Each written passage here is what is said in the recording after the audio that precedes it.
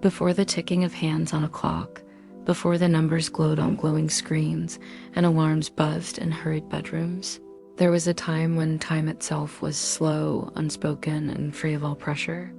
In that forgotten age, the only clock humanity knew was the sky above, a vast canvas painted anew each day by the ever-reliable rhythm of the sun. Close your eyes and imagine the soft hush of a world untouched by machinery, where grass bent gently under bare feet and cool winds carried no rush.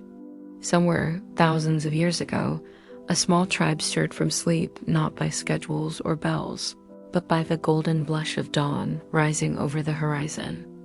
The sun's soft light reached across valleys and rivers, brushing the earth with warmth, signaling the start of a new day.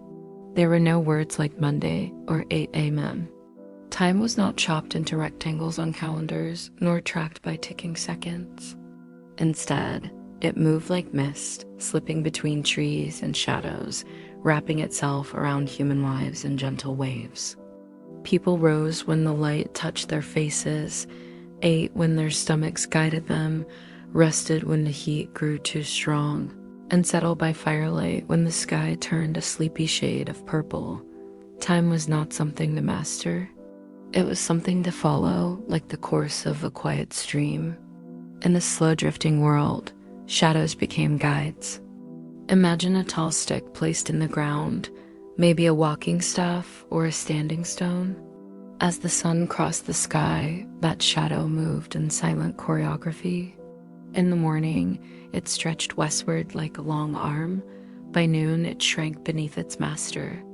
By evening, it lengthened again, now pointing east. Without words or mathematics, ancient people began to recognize a pattern. The sun told stories with its shadows, and the earth's rotation whispered them softly every day. These humble observations gave birth to the earliest ideas of time. The sun's position told the hunter when to track, the farmer when to sow, the child when to return home. And slowly, the seeds of invention were planted. But before any tool or device was made, humans were simply watchers. The first timekeepers were not made of bronze or glass. They were made of attention. Over generations, these early humans began noticing more. The moon changed shape over the weeks. Stars reappeared in familiar arrangements. Rivers rose and fell with the seasons. Patterns, predictability. Nature became a living calendar, and people began marking time not to control it, but to live more deeply within it. Bones have been found, carved with notches that many believe represent lunar cycles, perhaps by someone long ago trying to remember when the rains would return, or when the fruit would ripen. These markings, simple as they were, signaled a growing awareness. Time was not random. It moved in rhythms, it repeated. And within that repetition, there was peace. Eventually, communities began building great stone markers, monoliths, circles, altars aligned with the sun's path. Think of Stonehenge, standing silently in the fields of ancient Britain, each towering stone placed to mark the exact point where the sun would rise on the longest day of the year. It took generations to build, and it wasn't a temple to a god, it was a temple to time itself. Similar structures rose in Central America, India, China, and Egypt. Civilizations that never met, thousands of miles apart, somehow came to the same conclusion. The heavens were a map, and they were worth following. The sun did not rush, neither did they. These early humans didn't try to control time, they tried to harmonize with it. Life was circular, not linear. Birth, growth, rest, and rebirth. Seasons returned. Plants bloomed again. Rivers that dried would fill once more. It was a world in which patience wasn't a virtue, it was a necessity. And within that slow rhythm, people found comfort. Time was not a stressor, it was a song. Children learned to listen for the sun's arrival, to watch how shadows curved like whispers across the earth, to lie on their backs and count the stars as they crept across the black canvas of night. Grandparents told stories by firelight about the moon chasing the sun, about gods who pulled daylight behind chariots of flame, about oceans that knew when to rise because they listened to the sky. These myths weren't scientific, but they were truthful in spirit. They showed a deep connection between human life and the cosmic dance above. Even in rest, time had a presence. Night came not with fear, but with stillness. Crickets sang, fires crackled. Sleep was not resisted, it was embraced. In these long, dark hours, people didn't ask, "What time is it?" They asked, "Is the moon high yet?" Or, "Are the wolves howling?" Time was measured in feelings, in sensations, and the natural movements of the world. Life flowed with the sky, not against it. And in this way, time became not just a tool, but a companion. Over years, people began experimenting, water dripping slowly from a bowl, sand trickling through carved stones, the shadows cast by carved obelisks. But all of these inventions began with the same gentle idea. We are part of something larger, and it moves without haste. Our ancestors lived under open skies, with open hearts, in a relationship with time that was rooted in presence and listening. And maybe now, as you lie quietly, hearing only your own breath, you can feel what they felt. That time is not a number, but a pulse. A rhythm, a great slow dance of light and dark. It doesn't need to be rushed. It only needs to be followed. So breathe deeply, let your eyes soften. The same sun that guided them guides us still. And as you drift into sleep, remember, before the clocks, before the numbers, there was the sky. And the sky was always right on time. In the stillness of a world untouched by ticking hands or glowing screens, when the earth whispered softly beneath bare feet and the sky was an ever-changing canvas of light and shadow, there existed a rhythm that guided all life, an ancient pulse older than memory, itself rooted not in machines or numbers, but in the rising and setting of the sun. Long before people ever spoke of hours or minutes, they lived by the breath of the sky, waking as golden rays touched the earth and resting when darkness gently folded over the land like a warm blanket. Time back then was not a measurement, but a feeling, an intuition that coursed through the veins of nature and echoed in the hearts of early humans. There were no alarms, no reminders, no calendars taped to walls. Instead, the sun became the first great keeper of time, painting the world with shadows that stretched, shrank, and disappeared with an elegance that needed no explanation. Imagine a world where morning wasn't announced by a clock, but by the scent of dew on grass, the first chirp of a bird, breaking the silence, or the way light slowly crept across the horizon like a secret being revealed. People knew when it was time to hunt, gather, sow, or rest simply by watching how the world changed around them. The longest days of summer meant plenty of work and plenty of sun. The shortest days of winter whispered a different message: slow down, stay warm, wait. They learned that when the shadows grew long, it was time to begin wrapping up the day, and when the sun stood directly overhead, it was the peak of heat, effort, and motion. These natural cues were not just practical, they were spiritual. The sun wasn't merely a source of warmth or light. It was sacred, a giver of life, and a silent guardian of order in a world without written rules. Even the stars, those faraway fires burning quietly in the velvet dome of night, began to offer their wisdom. Ancient people gathered around fires, their faces flickering with orange and gold looked up, and began to recognize the returning patterns, the slow, majestic wheel of constellations that marked not just night, but seasons, migrations, planting times, and celebrations. They gave names to the stars and told stories about them, embedding meaning into the sky so that time became not only useful, but beautiful. As the moon waxed and waned, people learned to count its phases, realizing it offered a cycle all its own, one that could be followed, trusted, and used to measure the mysterious flow of life. These early understandings of time were not precise in the modern sense, but they were deeply felt. There was a grace to this ancient way of knowing, a grace born from watching, listening, and remembering. Time was a circle, not a line. It wasn't racing forward, but cycling endlessly, like the seasons or the tides. From the rhythm of footsteps on a hunting trail to the lull of waves pulling at a shoreline, everything had its place in the great unspoken clockwork of the world. And yet, slowly, subtly, the need for more precise timekeeping began to grow. As villages formed and societies became more complex, coordination mattered more. Crops needed to be planted together, rituals needed to be held at the same time, and stars could be obscured by clouds. Humans, ever curious, ever searching for understanding, began to observe the shadows more carefully, perhaps noticing how a stick placed in the ground would cast different shadows at different times, and how those shadows could be used to track the movement of the sun with surprising regularity.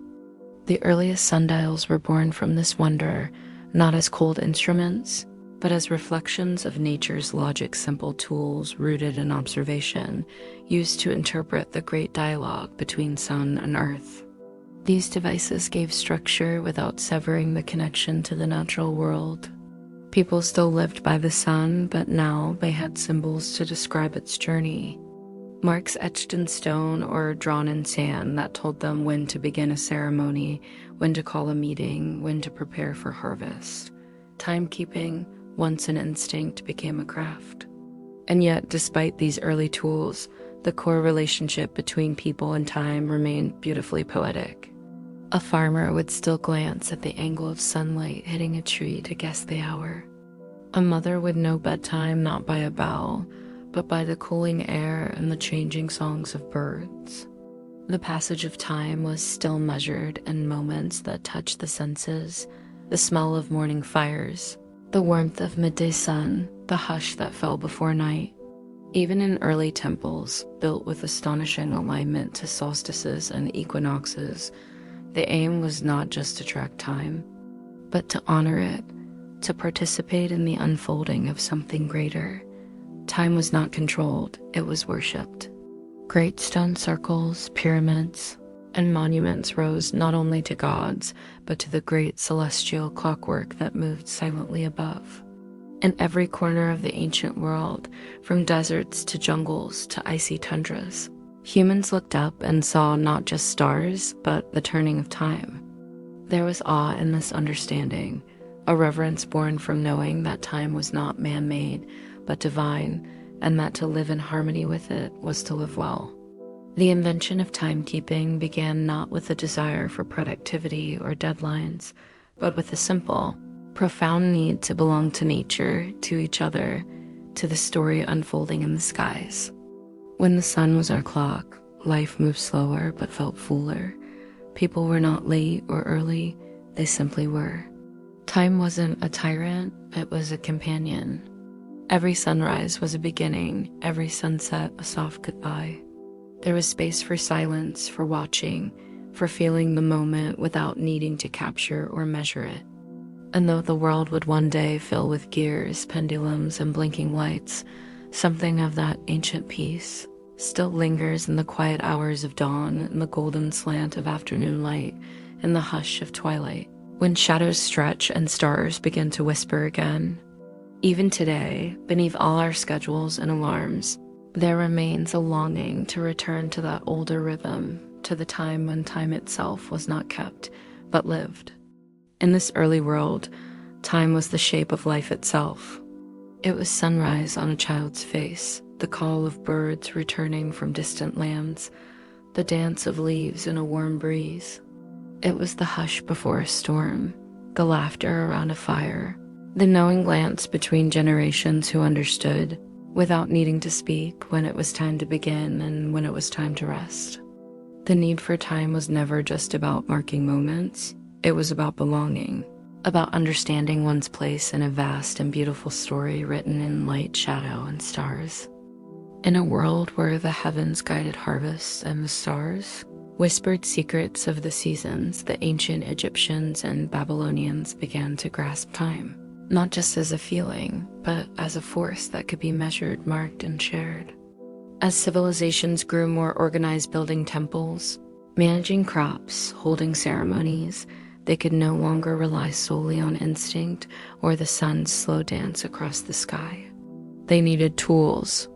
And so, with eyes fixed to the heavens and hands buried in the earth, they turned to nature's most constant elements, light and water. The shadow of a stick placed in the ground, simple as it may seem, became the cornerstone of the earliest sundials. In Egypt, where the sun poured down with relentless clarity, priests and astronomers discovered that a vertical pole or gnomon cast a shadow that moved in a predictable arc. By marking the length and angle of this shadow throughout the day, they could divide daylight into segments, giving structure to daily life. Over time, they refined these devices into more complex sundial stone instruments with carved lines, each marking a specific hour as dictated by the sun's position. These weren't mechanical clocks, but living ones that breathed with the sky. At temples and royal courts, sundials became symbols of divine knowledge, tools that not only tracked time but honored the sun god Ra, whose journey across the sky defined the rhythm of life. Meanwhile, in Babylon, where astronomy flourished under the gaze of ziggurats and the ink of cuneiform tablets, the concept of dividing time became ever more intricate. Babylonians introduced the base 60 system, what we now call sexagesimal, which still defines our minutes and seconds today. Yet sunlight alone couldn't tell time at night or on cloudy days. So another invention quietly emerged, the water clock or clepsydra. These vessels, carved from stone or metal, allowed water to drip at a steady rate from one container to another, often with markings inside to indicate the passage of time. As the water level rose or fell, so did humanity's grasp on the passing hours. Unlike the sundial, the water clock worked in darkness, providing a way to keep track of rituals, shifts, or night watches. Though less poetic than a dancing shadow, the steady drip of water was equally magical, offering a sense of order, patience, and continuity. Together, sundials and water clocks became humanity's first true timekeepers, not just instruments, but companions in the quest to understand the day. They marked the beginning of time as something that could be shared, studied, and relied upon. With each shadow that moved and each drop that fell, humans stepped closer to the world we now inhabit, one where time no longer hides in the stars, but ticks steadily through every waking moment. Time flows like water, the invention of clepsydras, in the ancient quiet where stars wheeled slowly over desert's mountains, and oceans and the sun still reigned as the first ruler of time. A new kind of awareness began to ripple through the minds of those who watched the world closely, not just with wonder, but with intent. As civilizations bloomed and human curiosity deepened, people longed for something the sun and stars could not always offer: precision.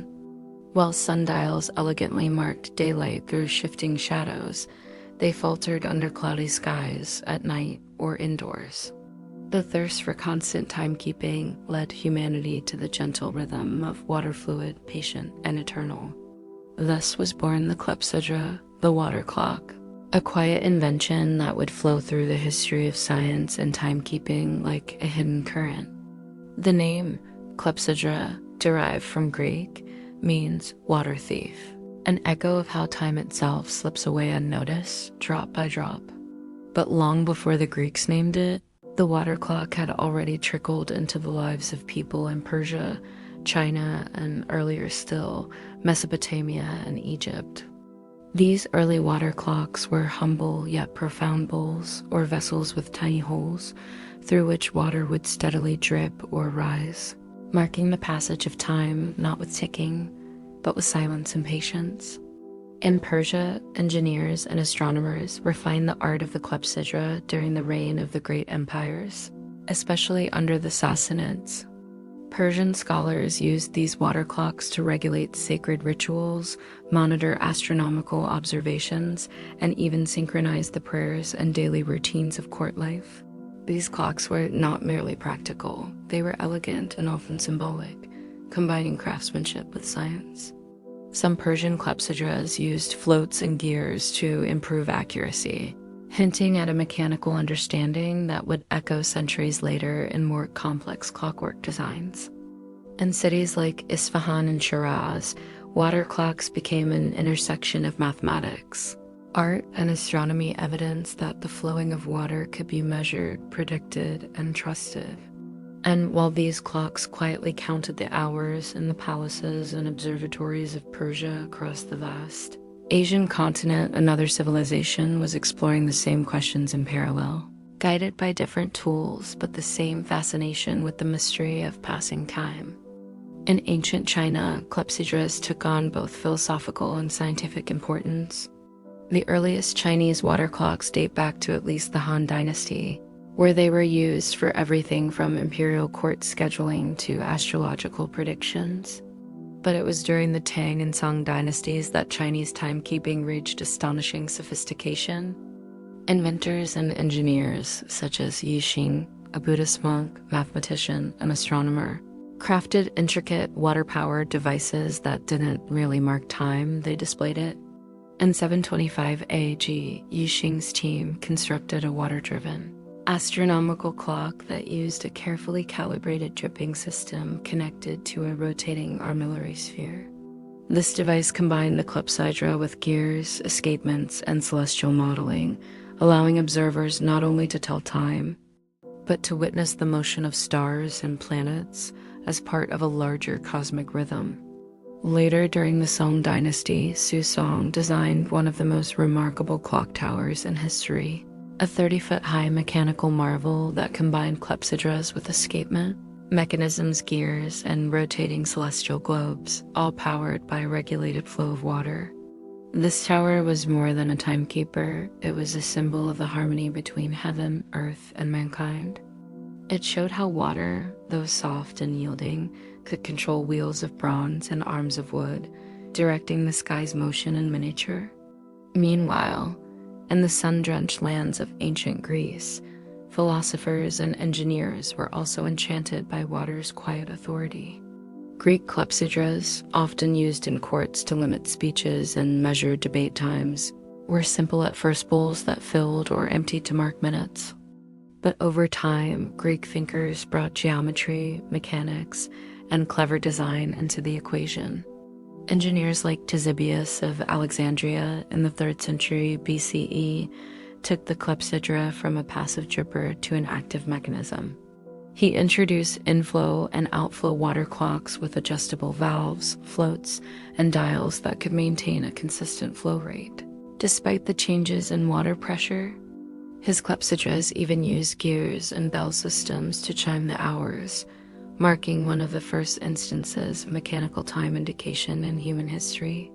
These innovations laid the foundation for horology, the science of timekeeping, and would influence everything from Roman engineering to Islamic science and later European medieval clock towers. What unites these distant cultures, Persian, Chinese, and Greek, is the recognition that water, despite its softness, could embody time's relentless forward motion. It could be captured, slowed, guided through narrow spouts and winding channels, offering a metaphorical and literal flow of hours and minutes. In each case, the clepsydra evolved beyond utility to become a reflection of the society that shaped it.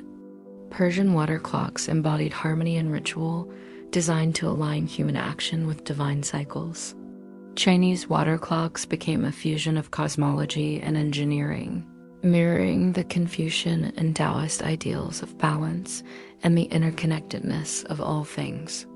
Greek clepsydras became tools of logic and fairness, used in courts and debates, and symbols of mankind's growing mastery over nature through thought and craft. But more than anything, the invention and evolution of the clepsydra marked a turning point in how humans related to time. Where once time was felt through hunger, light, wind, or instinct, it could now be seen and measured. With each drip, a fraction of life was captured, visualized, and understood. It was a quiet revolution, not loud, not sudden, but steady and inevitable. The clepsydra changed how people worked, prayed, judged, studied, and dreamed. It inspired future generations of engineers and inventors to seek even greater precision, eventually leading to the escapement clocks of medieval Europe, the pendulum clocks of the Enlightenment, and the atomic precision of modern chronometers. Yet, in many ways, the soul of the clepsydra still lingers. In its calm, predictable rhythm, one can still hear the ancient longing to make sense of a fleeting world, to count the uncountable, to capture what flows away, and to give shape to something as invisible and essential as time. It reminds us that time, like water, is always moving, always changing, always flowing forward. And just as the ancient water clocks once ticked softly in the silence of courts, temples, and towers, our own lives continue to flow in their wake, drop by drop, moment by moment, held for just an instant before slipping into memory. The clepsydra, in its elegance and humility, taught humanity one of its earliest and most enduring lessons: that time, though invisible, could be trusted, measured, and understood not by conquering it, but by listening to its gentle, unceasing rhythm. High above the bustling streets of medieval cities, past the smoke of hearths and the flocks of crows, circling turrets, something began to change a sound. New yet ancient in spirit, began to ripple through the rooftops and echo through the cobblestone alleys. It was the sound of bells, great bronze voices calling from towers, proclaiming not war or worship alone, but something more elusive and intimate: time. For the first time in human history, people no longer had to look to the sky or rely on the length of a candle's burn to know where they stood in the day. Now they could hear time move, hear the hours pass, hear the day unfold in sonorous intervals. These bells, clear and commanding, resonant and rhythmic, marked the dawn of public timekeeping. A monumental shift from the personal to the collective, from the private chamber to the open square, from the whispered flicker of candlelight to the mighty toll of iron and air. And it began, as many great human endeavors do, in the sacred spaces of worship. Church towers, those stone fingers reaching into heaven, became the first true clocks for entire communities.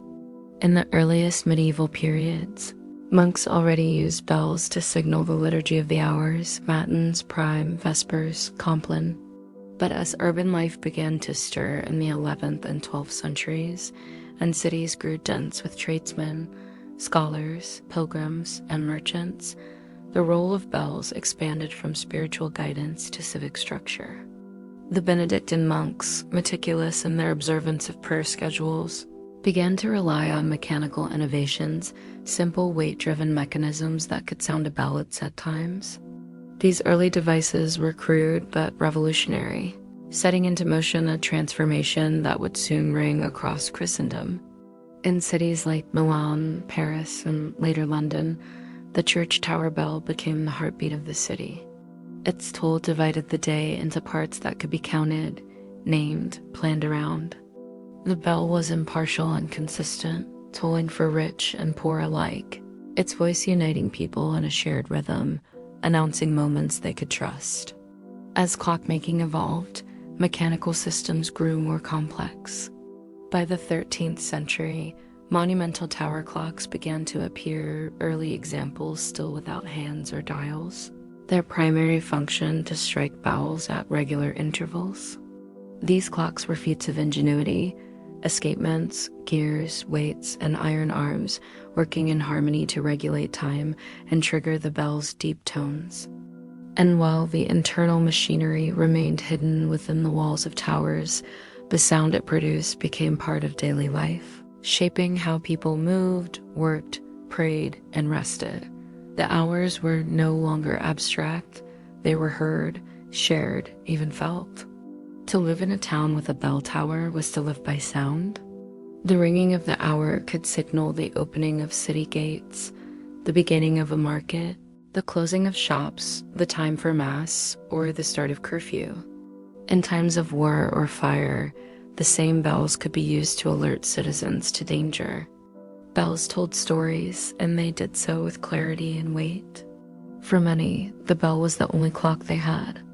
It became the voice of the city itself, speaking to everyone, regardless of class or calling. In town squares across Europe, people would pause when they heard it, merchants in stalls, children playing, travelers passing through each, knowing what that sound meant. In some towns, the hour bell was even joined by specialized chimes, a bell for matins, another for vespers, another for the angelus. The city began to breathe in bell tones, its days carved out by the deep echo of bronze and the rhythm of swinging hammers on giant clappers.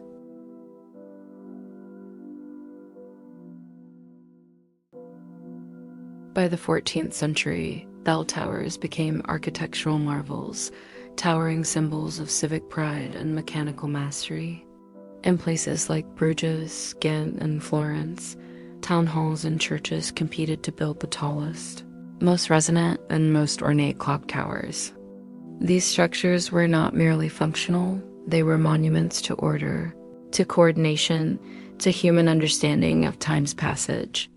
In some towers, carillon sets of tuned bells allowed for melodic chimes, marking not just hours but half hours and quarters, turning the city into a kind of living music box. People began to live not just with time, but in it, as its rhythm became encoded in stone, metal, and sound. One of the most iconic examples of this era was the clock tower of Salisbury Cathedral in England, which housed one of the oldest working mechanical clocks, built around 1386. This device, while faceless, was entirely designed to ring a bell at regular intervals. It needed no sunlight, no candle, no starry guidance, just the force of gravity, counterweights, and the steady tick of engineering.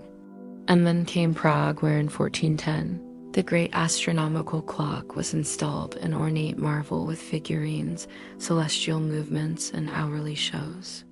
But most importantly, a bell to proclaim the passing of time and sound that resonated through the old town. As timekeeping technology advanced, tower clocks gained faces and hands, allowing those near the square to see as well as hear time. But even then, the sound remained primary for many, particularly the illiterate, or those too far to see the dial. The bell was universal. Its call was democratic. It demanded nothing of the listener except awareness. And in doing so, it changed human behavior profoundly. People could now coordinate. They could agree to meet at the third bell, open their stalls when the tower strikes, and know to begin their day when the bells of St. Mark ring out. The synchronization of human activity that bells allowed laid the foundation for commerce, governance, military discipline, and urban culture. From timekeeping for the masses came scheduling, deadlines, appointments, structures that undergirded medieval society and would go on to define the modern world. In Islamic cities, too, a similar transformation occurred through the muezzin, the caller to prayer, whose voice from the minaret performed a timekeeping role akin to that of the Christian bell. Though not mechanical, the call to prayer, repeated 5 times a day, divided the day with spiritual and social precision. Just as bell towers did in the West, it shows that across cultures, the need to mark time aloud became essential to civilization. Bells, unlike candle clocks or sundials, could cut through distance, fog, and distraction. They demanded attention. They summoned community. And while the technology behind them became increasingly complex, with pendulums, escapements, and astronomical functions at their core, tower bells were about inclusion. They brought time to the people in villages and cities, in times of peace and in times of plague. Even in death, the bell marked time. The tolling of a funeral bell was known as the death knell, a sound steeped in solemnity, echoing not only the passing of hours but of lives. Bells marked births, weddings, coronations, and wars. They told in joy, in mourning, in mourning. They were part of the emotional fabric of public life, and in many places they still are. Though digital clocks and smart devices have made timekeeping omnipresent and silent, the bell remains a symbol of communal time, a reminder that before we had clocks in our pockets, we had towers calling. out the hours to everyone rich or poor, busy or still. The bell tower was humanity's first loudspeaker for time, and it shaped the very idea of the schedule. It taught us to think in hours, to act in sync, to gather and disperse in rhythm. And more than that, it gave a sound to something previously invisible, the steady, patient passing of moments that would never return. It is no wonder then that the sound of a bell, melancholic, powerful, echoing into silence, still moves us.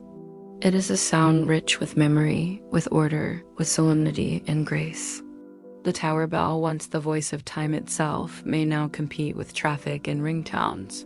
But in certain quiet hours, in the early dawn or late evening or on holy days, it can still be heard tolling not just the hour but our shared heritage, our place in the long and beautiful story of how we learn to live with time.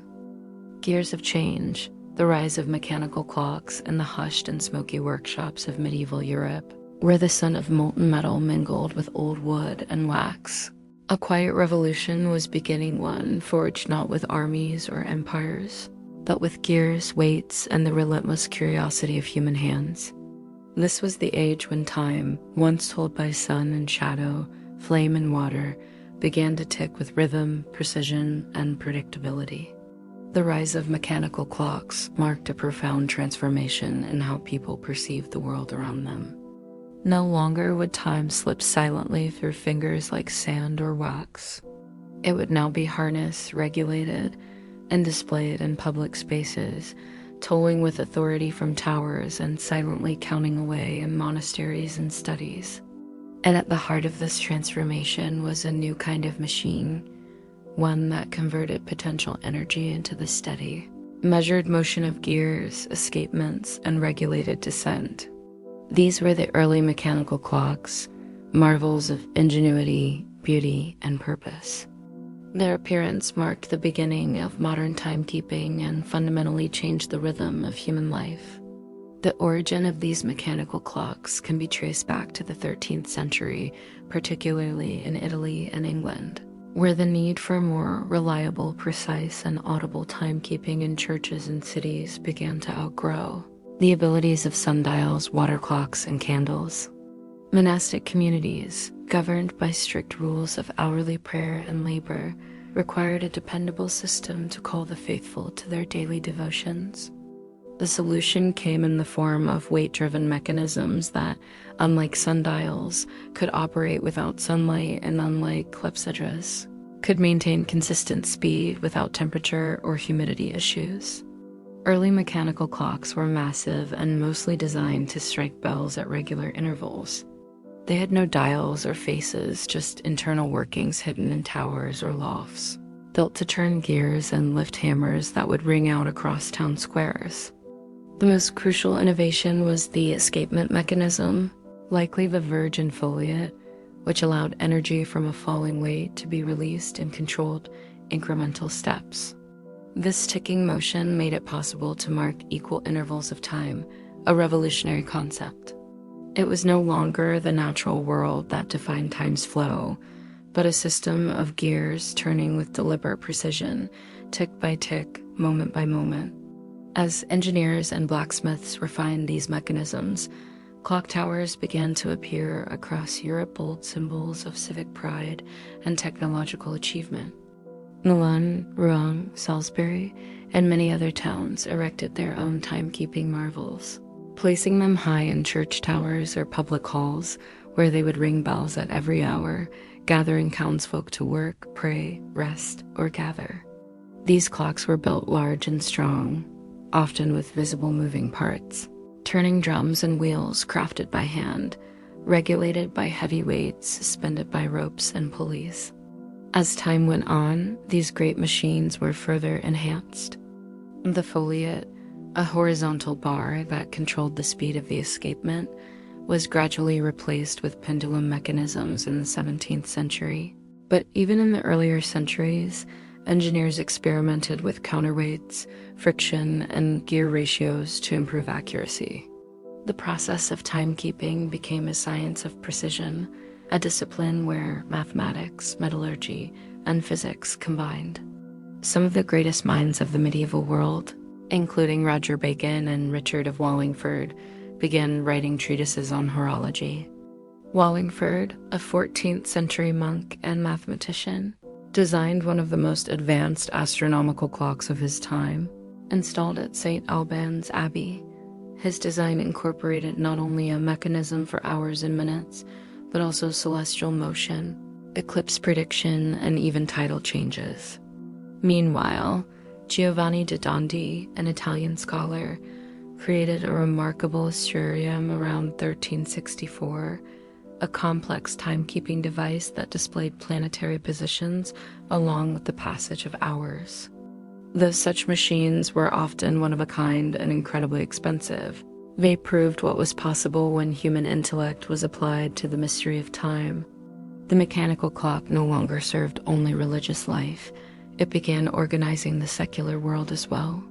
In cities and towns, the ringing of bells created order.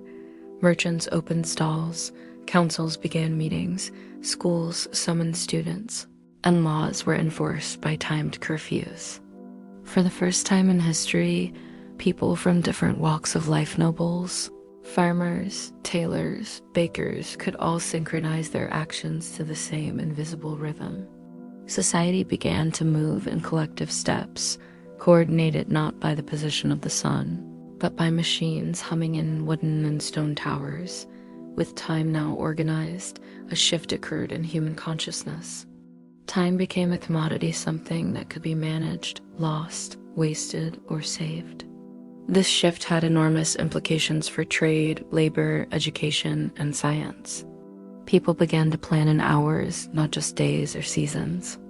The working day was subdivided. Appointments could be made and kept. Transportation schedules could be imagined. Human productivity entered a new era where efficiency and precision mattered more than ever before. Even the concept of punctuality was born in this age, a virtue made possible only once time could be reliably measured. As mechanical clocks moved from churches and cathedrals into town halls and universities, they also began to shrink. Skilled clockmakers, now a respected and growing profession, began designing portable clocks. Wealthy individuals commissioned domestic clocks, crafted with fine metals, gears, and faces painted with sunbursts or zodiac signs. These were not only tools, but symbols of intellect, status, and connection to a new world of order and reason. Clockmaking guilds flourished in cities like Nuremberg and Paris, where apprentices studied for years to learn the delicate art of gear carving, wheel meshing, and escapement regulation. Each timepiece carried the spirit of its maker, each tick a tiny triumph of human craftsmanship over the chaos of time's silent passing. Alongside the mechanical rise came philosophical and religious questions. What did it mean, some asked, for humans to control time? Was this a divine gift or hubris? Did making a machine that mimicked the cosmos challenge or honor God's creation? Thinkers like Thomas Aquinas and later Isaac Newton would wrestle with time as both a metaphysical and measurable concept, but for the engineers and tinkerers of medieval Europe, the answer was clear. To build a clock was to bring order to the world. As the Renaissance dawned and spread across Europe, mechanical clocks became both more accurate and more beautiful. Innovations in metallurgy and design led to smaller, more portable clocks, first table clocks, then wearable ones, precursors to the pocket watches that would define the elite of the 16th and 17th centuries. But even as they became personal, the great public clocks remained symbols of civilization's beating heart. In Strasbourg, a colossal astronomical clock built in the cathedral in the 14th century became not just a way to tell time, but a work of art, complete with automata figures that danced, rang, and rotated with celestial grace. In Venice, the famed clock tower in Piazza San Marco dazzled onlookers with its golden dials, bronze Moors, and astrological displays. These machines did more than track hours, they expressed a worldview. They showed that the universe, once thought mysterious and unknowable, could be understood, modeled, and mirrored in bronze and iron. The world was a machine, and time its most exquisite gear. The influence of mechanical clocks rippled outward. Sailors began to dream of accurate sea clocks for navigation. Scientists relied on precise timing to conduct experiments. Banks and merchants depended on clocks for accounting. Artists incorporated clock imagery into paintings and poems. Clocks began appearing in literature as symbols of fate, mortality, and discipline. The tick-tock became part of the human psyche, a reminder that every moment past was a moment that could never return. And yet, even in their growing ubiquity, mechanical clocks retained a sense of wonder. To hear the chime of a well-crafted bell, to watch the slow turning of gears behind glass or wood, was to see time given form. No longer a whisper in the wind or a shadow on the wall. Time now had a face, a voice, a mechanism. It became, in a word, mechanical, but no less magical. In the villages of Europe, people would gather to watch a new clock strike its first hour. Children would count aloud with the tolls. Travelers would set their days by it. It stood as a monument to shared reality, a single device governing hundreds of lives with nothing but gravity, tension, and craft. The rise of mechanical clocks was not merely a technical triumph. It was a cultural one. It taught humanity to think in intervals, to divide life into parts that could be planned, optimized, and repeated. It birthed industries, redefined labor, enabled exploration, and laid the foundation for science as we know it.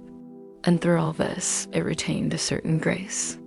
Even today, in museums and cathedrals, old clocks still tick, still chime, their gears turning in time with centuries past. They remind us of an age when humanity first gave time a body of wheels and a soul of sound. And they whisper, tick by tick, that time, though tamed, still moves on, and so must we. The spring within, pocket clocks and portability as the late Middle Ages ripened into the Renaissance, and the stirrings of modernity began to echo through the cathedrals, universities, and cobbled streets of Europe. A quiet yet powerful transformation unfolded, not just in the outer world of invention and empire, but in the intimate realm of human perception. Time, once measured by bells that rang from towers, candles that burned through the night, and gears that turned high above city squares, now took on a more personal shape. It became something you could carry in your pocket, clasp in your palm, or hang from your waist. This extraordinary shift from the public to the private, from the communal to the individual, was made possible by a single mechanical revolution, the invention of the mainspring. With this coiled miracle of metal, humanity unlocked the age of portable clocks, and in doing so, began to weave time more tightly into the fabric of daily life than ever before. The mainspring, a tightly wound ribbon of steel capable of storing energy and releasing, it gradually transformed clockmaking in the 15th century.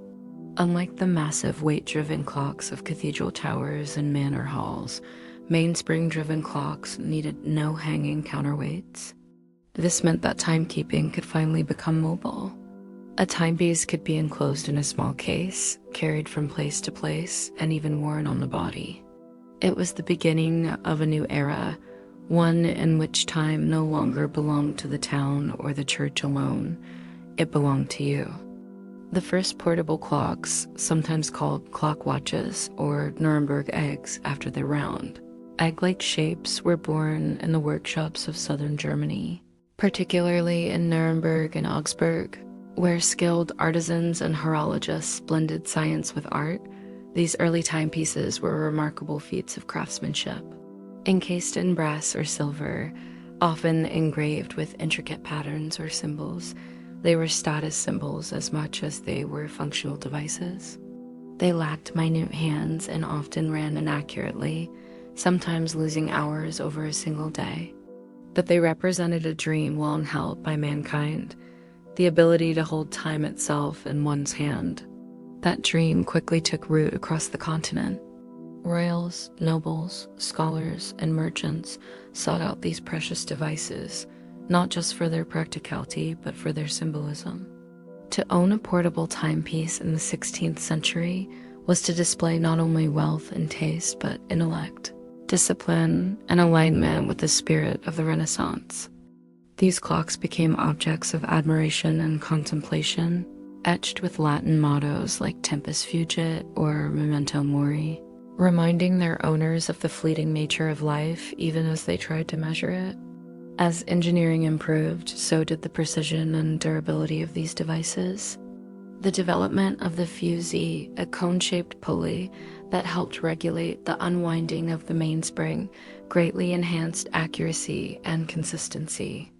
Coupled with advances in metallurgy and the refinement of escapements, clockmakers began producing devices that could keep time more reliably over days instead of hours.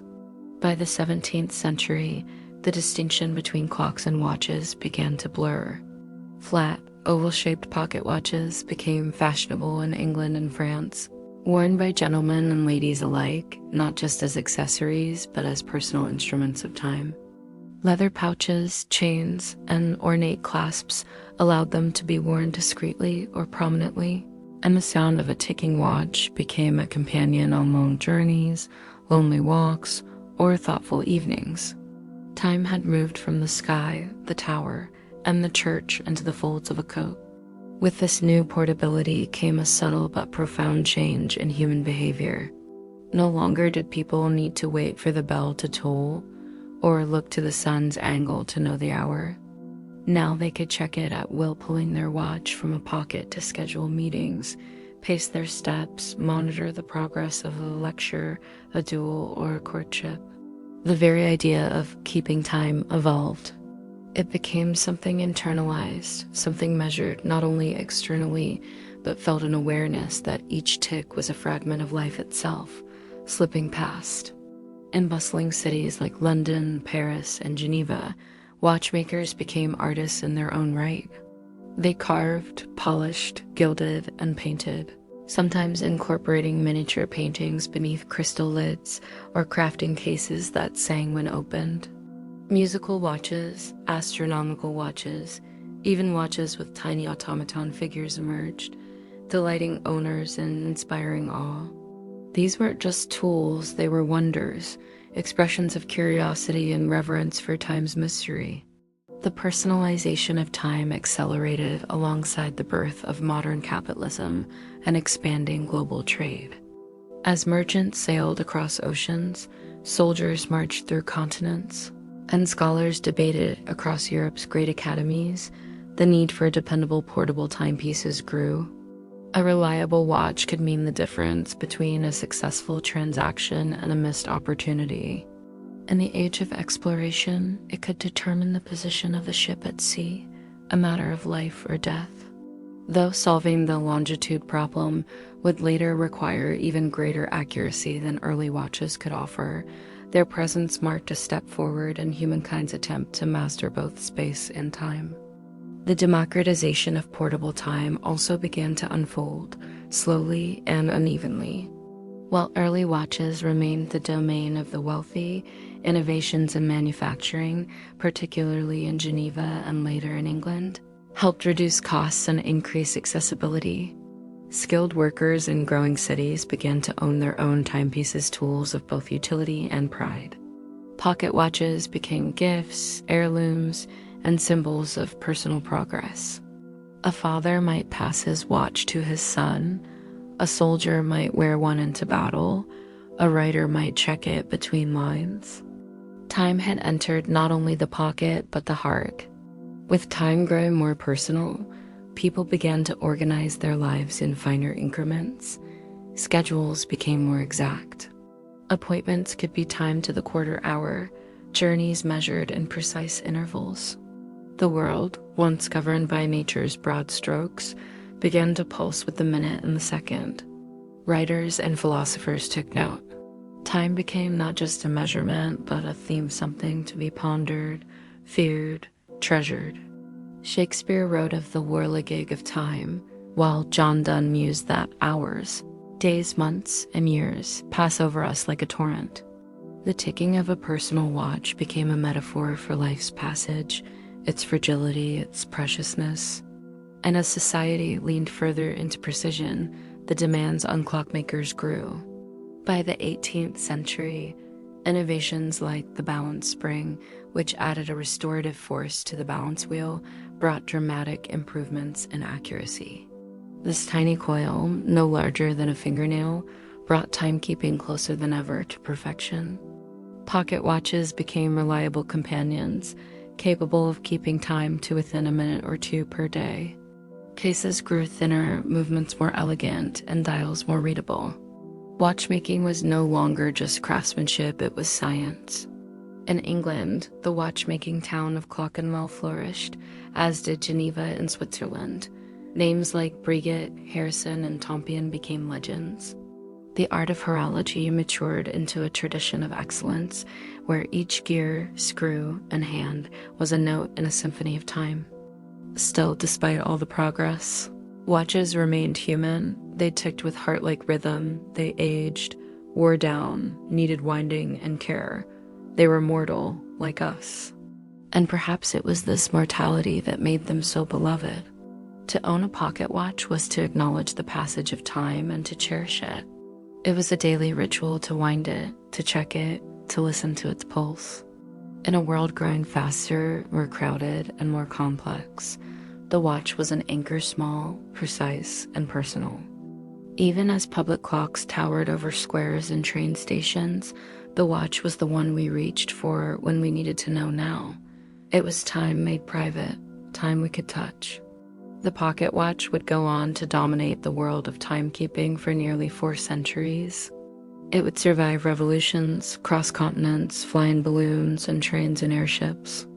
Eventually, it would evolve into the wristwatch, a story for another chapter. But it all began with that single spring, curled tight in a brass case, waiting to unwind, to tick, to tell someone quietly, intimately, what time it was. With the invention of the mainspring, time left the tower and entered the pocket.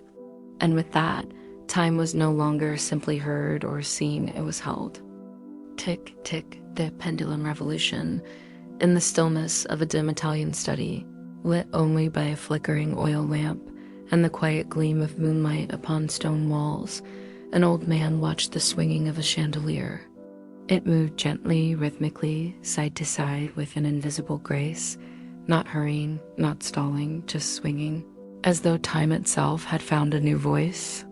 That man was Galileo Galilei, and in that moment in the late 16th century, a seed was planted in the soil of timekeeping that would one day grow into a revolution. The pendulum, simple, silent, and stubbornly consistent, would become the heartbeat of the most accurate clocks the world had ever seen. It would tick with precision, ushering in an age when seconds could be measured, when time could be mapped, and when the rhythm of life could be synchronized more perfectly than ever before. This is the story of how time began to tick, not by guesswork, not by weight and gear alone, but by the elegant law of nature's own symmetry. Though Galileo never built a pendulum clock himself, his observations and experiments laid the intellectual groundwork. He noted that the period of a pendulum's swing its to and fro movement remained almost perfectly constant regardless of how far it swung, provided the arc wasn't too wide. This constancy or isochronism fascinated him. He imagined a clock regulated by such a mechanism where the steady swing of a pendulum could govern the turning of gears, not by the brute force of weights alone, but with the delicate cadence of physics itself. Time, once an approximation, could now be exact. Though Galileo's son Vincenzo attempted to construct such a clock using his father's ideas, it was Christian Huygens, a brilliant Dutch scientist, mathematician, an inventor who finally brought the pendulum clock into reality in 1656. Inspired by Galileo, Snotes and driven by his own pursuit of astronomical precision, Huygens devised a mechanism in which the swing of a pendulum controlled the escape of energy from a weight-driven clock. The result was nothing short of astonishing, a timepiece accurate to within mere seconds per day. unheard of in an age when clocks might drift by hours over the course of a week. Huygens' invention did not remain an academic marvel. Pendulum clocks quickly spread across Europe, transforming how time was tracked, observed, and experienced. Tower clocks, now regulated by pendulums, struck their bells with newfound reliability. Astronomers whose work depended on precise measurements of celestial motion rejoiced. The Paris Observatory soon housed pendulum clocks. So did the Royal Greenwich Observatory in England, where timing the stars would eventually guide ships across oceans. The pendulum had become the most trusted instrument in the quest for certainty. The pendulum clock was not only functional, it was beautiful. Cabinet makers and horologists worked together to encase these instruments in elegant wooden frames, often tall and slender with glass panels, so the rhythmic motion of the pendulum could be seen. Thus, the long case clock, later known as the grandfather clock, was born. These clocks were not only prized possessions in noble houses and learned institutions, they were statements of reason, order, and human progress. To possess such a clock was to live in harmony with the steady flow of time. The mechanism itself was a wonder of craftsmanship, a pendulum suspended from a thin rod, anchored to a pivot, attached to a gear train powered by falling weights. At its core was the escapement, the device that released the clock's energy at regular intervals, allowing the gears to advance in steady ticks. The pendulum regulated this release with perfect rhythm, and for the first time in human history, clocks began to tick not randomly, not roughly, but with dependable, audible order. Tick, tick, tick, each sound a second, each second a heartbeat, each heartbeat a measure of life. This newfound accuracy had consequences far beyond the drawing rooms and towers of Europe.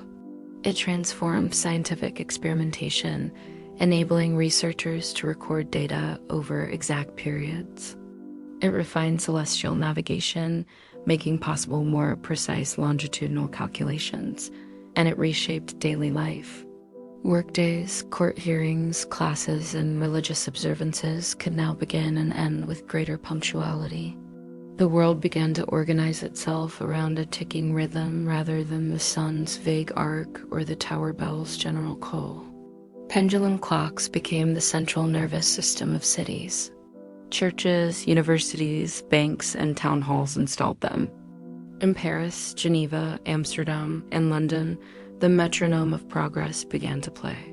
Railroads and postal services, still decades away, would eventually depend on this regularity. In essence, the pendulum gave rise to the very possibility of modern scheduling, synchronizing human activity in ways previously unimaginable. Yet, even as pendulum clocks grew more widespread, they still faced limitations. The length of the pendulum determined the clock's rate, and it was sensitive to changes in temperature and humidity. Longer pendulums swung more slowly, shorter ones more quickly. Metal rods would expand in heat, contract in cold, subtly altering the time. In response, horologists created compensating pendulums made of materials like mercury or bimetallic strips, which adjusted for thermal changes. These refinements led to clocks so accurate that they lost less than a second per week, a miracle to those living in an age when even the best water clocks could drift several minutes per day. The pendulum also became a symbol of constancy, of balance, of predictability. Philosophers drew metaphors from its swing, the oscillation between ideas, the balance of justice, the passage of time itself. Artists painted clocks with pendulums to signify mortality, discipline, or the quiet beauty of routine. Poets heard in the tick the heartbeat of the universe. And in every home where a pendulum clock stood, time became not only audible, but visible, an object in motion, a reminder that the universe moved with rhythm, and that humanity had finally learned to match it. In observatories and clock towers, the pendulum ruled supreme for nearly 3 centuries.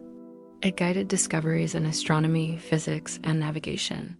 John Harrison, in his pursuit of the marine chronometer in the 18th century, began with pendulums before developing spring-driven alternatives for sea travel, where the pitch and roll of ships made pendulums unreliable. Still on land, the pendulum remained king. In rail courts, scholars' studies, and monastic cloisters, its gentle arc swung on. Even into the 20th century, the most accurate clocks in the world used pendulums, refined and protected within vacuum-sealed, temperature-controlled cases. The tick-tick-tick of the pendulum became the rhythm of civilization itself. But more than that, it became the rhythm of thought, the cadence of contemplation, the meter of philosophy. The pendulum didn't just regulate clocks. It shaped how we thought about time, not as a chaotic force to be feared, but as something knowable, controllable, and beautiful. Galileo, who in his youth watched a swinging lamp, never lived to see the pendulum clock built. He died in 1642, 14 years before Huygens published his design. But his vision lived on not just in gears and escapements, but in the very idea that time could be understood, broken into parts, harnessed. The pendulum proved him right. It proved that nature had laws and that time so fluid, so mysterious, could be tamed by following them. And so, in workshops across Europe, under the hands of gifted clockmakers, the tick-tock of pendulum clocks rang out. In halls and homes, in towers and taverns, the steady beat of time replaced the guesswork of centuries. People lived by it, worked by it, dreamed by it. And though the pendulum would one day be surpassed by quartz, by atomic vibrations, by digital pulses, it would never be forgotten. It was, for its time, the very soul of precision. A swinging rod, a steady rhythm, a whisper of order in a noisy world. Tick, tick, tick, time had found its tempo, and the world would never be the same. The world on schedule, railways, and standard time, it is difficult now to imagine a world without synchronized clocks, where each town followed its own sense of time, marked by local noon, the moment when the sun stood highest in the sky. In that world, time was intimate, local, and gently imprecise. Noon in Oxford might arrive several minutes after noon in London, and no one much minded, because the journey between the two could take a day on horseback, or longer on foot. But then came the railway, a marvel of iron and steam, a roaring, clattering, hissing beast that turned days into hours, shrank distances, and demanded something utterly new of time: precision. For the first time in human history, the world needed to agree not just on what time it was, but on exactly when it was. Across towns, countries, and eventually continents. The railroad didn't just move people and goods. It moved the human relationship with time into an era of standardization, coordination, and global consensus. And with it came the ticking heart of the modern world, the time zone. The 19th century was an age of acceleration, with industrialization in full swing and steam engines transforming travel and trade. Railways began crisscrossing Europe, America, and beyond. Towns that had once been isolated became connected by miles of steel track, and with these connections came the need for shared schedules. At first, the issue was almost comical. Each train station operated on local time, and timetables were often bewildering. A train might leave one town at 10 o'clock and arrive at the next, only a few miles away. At 9:57, an impossibility, unless one remembered that each location used its own solar noon as a guide. The further a train traveled, the more confusing the time discrepancies became. For railway operators, the result was chaos. Timetables were hard to produce, and harder still to follow. Coordinating arrivals, departures, transfers, and maintenance schedules became an immense logistical challenge. Worse still, the lack of standardized time made accidents more likely. Two trains heading toward each other on the same track needed precise coordination. Guesses and approximations were no longer good enough. Time had to be unified. The first solutions came from within the railway companies themselves. In Great Britain, the Great Western Railway led the charge. In 1840, it adopted London time, or Greenwich Mean Time, across its network. Soon, other railway companies followed, and by 1855, nearly all of Britain's public clocks were set to GMT. Local noon began to fade in relevance, replaced by a central time dictated by the Royal Observatory at Greenwich. This was not just a technological shift, it was a cultural one.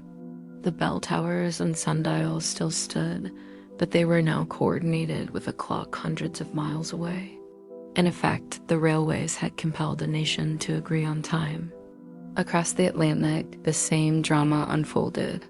The vast and growing network of American railroads stretched from coast to coast, cutting through dozens of local time systems. By the 1860s and 70s, over 300 different railroad times existed in the United States alone. It was a dizzying patchwork, and conductors, station masters, and passengers struggled to make sense of it. Trains began to run late or worse, collided, because no one could quite agree on what 2 o'clock meant. It was a world crying out for order. And that order came on November 18th, 1883, a day known as the Day of Two Noons. On that day, at precisely noon in each respective zone, American and Canadian railroads adopted a new system, 4 standardized time zones stretching across the continent. This division, Eastern, Central, Mountain, and Pacific, allowed schedules to be written, understood, and trusted. Clocks in cities across the land were set forward or back to match the new system. For many Americans, it was a strange and surreal experience. Their town as noon bell rang twice that day, once by the sun and once by the railroad. Though the time zones were not yet legally binding, they quickly became the norm. People and governments adjusted. The world, at least the industrialized world, had taken its first step toward coordinated global time. At the heart of this change was the realization that time was no longer just a natural phenomenon. It had become an infrastructure. Like the tracks of the railway, it had to be laid out, planned, maintained, and respected. Without standard time, the new world of commerce, communication, and mobility could not function. Telegraph lines now buzzed with precise time signals. Businesses opened and closed according to train schedules. Factories began shifts in sync with distant clocks. Time had become a system, a grid upon which life now moved. The movement for global time coordination gained even more momentum in the scientific community. Astronomers, navigators, and physicists had long understood the value of a shared time standard. And now the tools of the age, the telegraph, the railroad, and later the telephone, made such a standard feasible.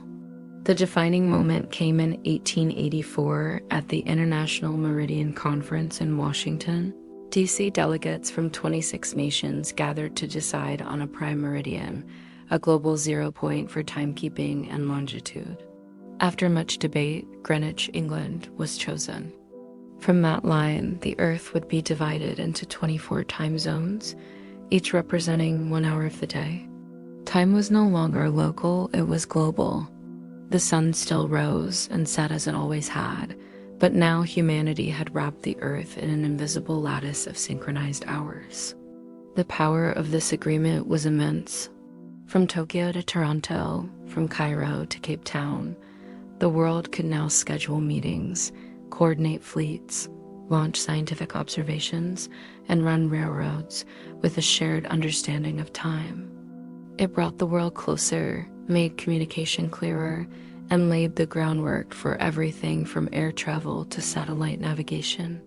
For the first time, human civilization was ticking together, each place a part of a great planetary timepiece. Yet this new order wasn't without resistance. In many towns, people clung to God's time, the solar time of their ancestors. Some churches refused to reset their clocks. Some citizens felt uneasy at the idea of adjusting to an artificial time dictated from far away. But gradually, the benefits of standard time won out.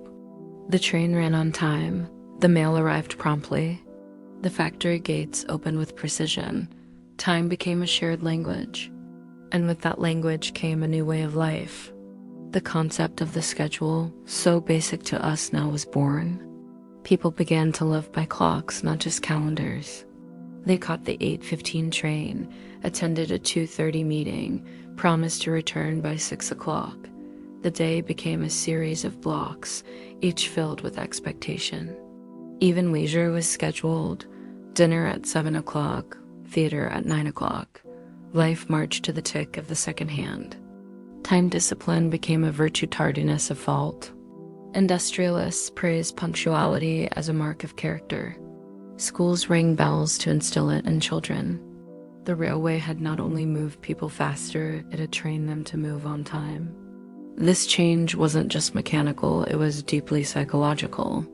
Time became external, measurable, absolute.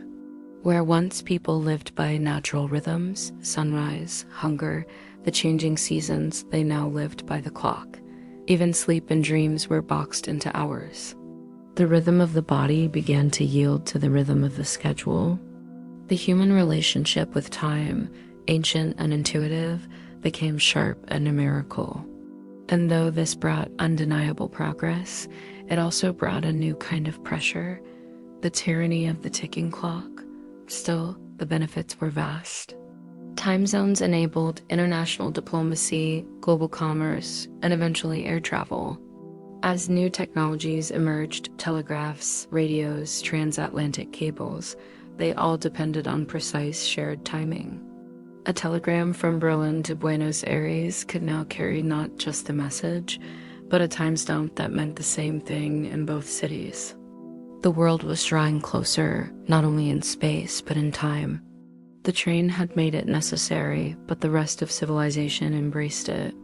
In the 20th century, this synchronized system evolved even further. Governments formalized time zones in law. Some nations introduced daylight saving time to better align daylight with work hours. The ticking heart of the modern world moved faster, tighter, more connected. And all of it, from your morning alarm to a rocket launch, owed something to the iron tracks laid down in the 1800s and the unstoppable force of the train. The steam engine made the journey faster, but the clock made the journey possible. The railway demanded that the sun yield to the schedule, that towns bow to the train, and that humanity, for the first time, agree on what time it really was. It was no longer just noon somewhere, it was noon everywhere, on schedule, by the clock, and time. Time goes digital, from quartz to atomic seconds, as the 20th century unfolded with all its stunning speed of planes, of particles, of signals bouncing invisibly through air. A quiet yet profound shift occurred in the way humanity thought about time. From the rhythmic swing of a pendulum to the gentle whir of gears in a pocket watch, the human experience of time had always been mechanical, almost tangible, something you could hear tick or feel wind beneath your fingers. But as the age turned digital, so too did our understanding of time. We stopped merely listening to time and began counting it in invisible pulses, in precise vibrations, in the dance of electrons and atoms. Time, once measured by shadow and sun, by pendulum and spring, now became a matter of physics, a calm and mathematical certainty governed not by the moving parts of metal, but by the internal rhythms of quartz crystals and the oscillations of atoms themselves. This chapter, more than any before, brings us to the very edge of human perception, where time is no longer just something we observe, it is something we control, split, and sync to the billionth of a second. The story begins with quartz, a simple mineral, abundant and unassuming, yet filled with a quiet potential. Scientists discovered in the early 20th century that when an electric current passes through quartz, it vibrates at a consistent, stable frequency. This phenomenon, called the piezoelectric effect, made quartz crystals ideal for regulating time. No swinging pendulum, no falling weight, just the internal vibration of a crystal, oscillating tens of thousands of times per second, perfectly steady, endlessly repeatable. In 1927, Warren Marrison and J.W. Horton built the first quartz clock at Bell Telephone Laboratories. Though bulky and experimental, it demonstrated a remarkable truth. Quartz could keep time far more accurately than mechanical clocks. Within a few years, the accuracy and durability of quartz clocks made them essential tools in laboratories and communication networks. By the 1960s and 70s, quartz technology had shrunk and spread, appearing in wristwatches, wall clocks, and electronics. The tick-tock of mechanical gears was slowly replaced by the silent blink of digital time. Suddenly, anyone could wear a timekeeper more accurate than anything Galileo or Huygens could have dreamed of. A small chip, a crystal, and a battery were all it took to make time personal, portable, and astonishingly precise. The digital clock was more than a new kind of display, it was a new kind of consciousness. Time no longer needed to be read with skill or interpreted from moving hands.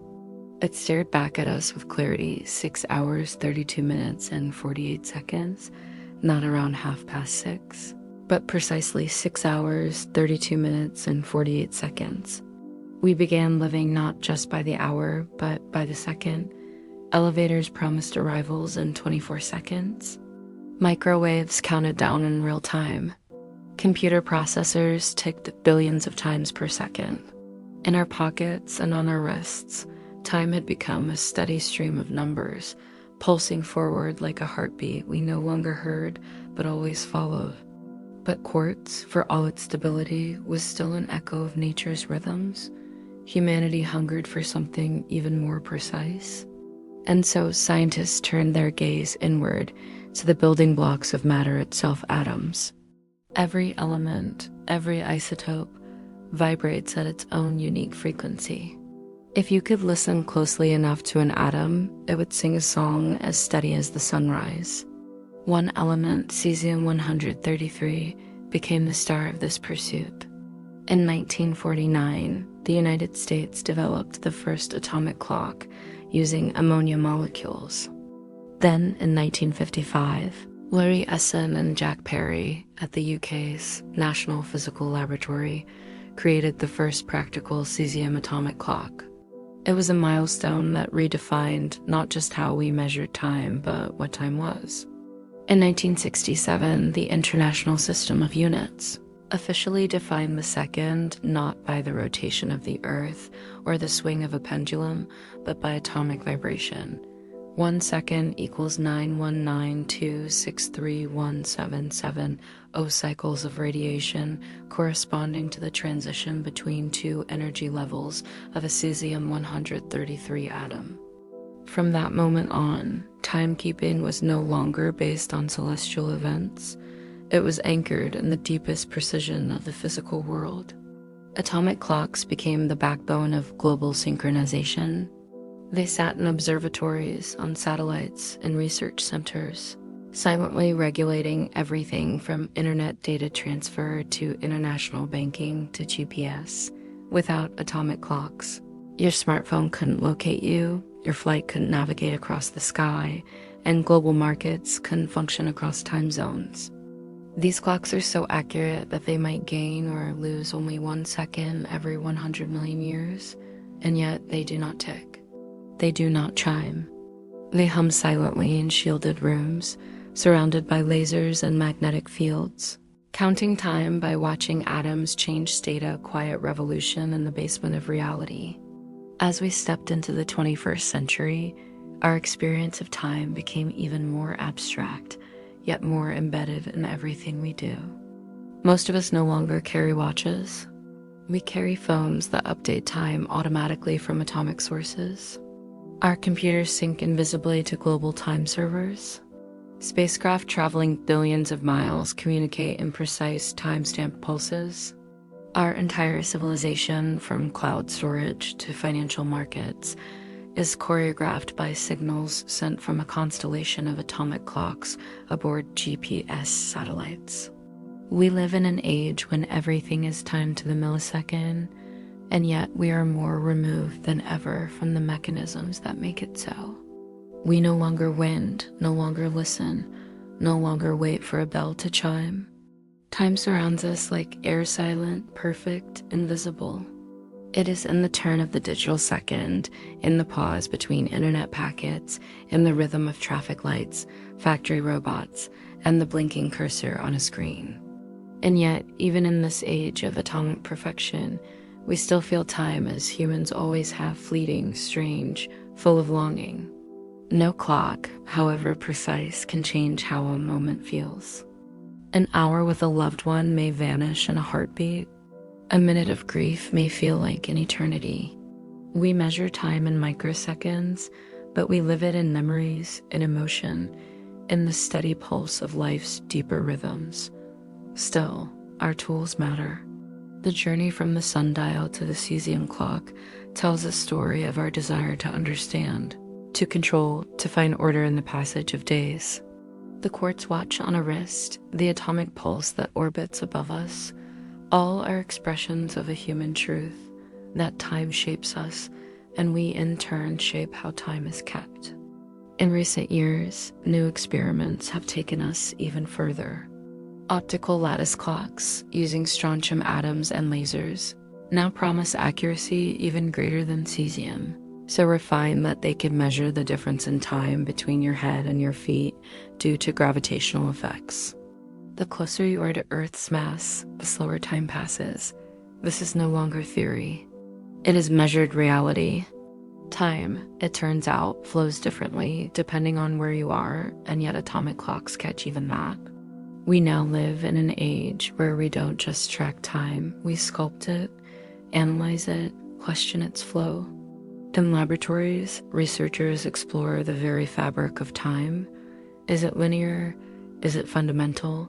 Is it emergent? Might it someday be engineered? Could we perhaps alter it? These questions seem like science fiction, but they're whispered in the halls of the world's top physics labs, under the careful watch of clocks that never blink.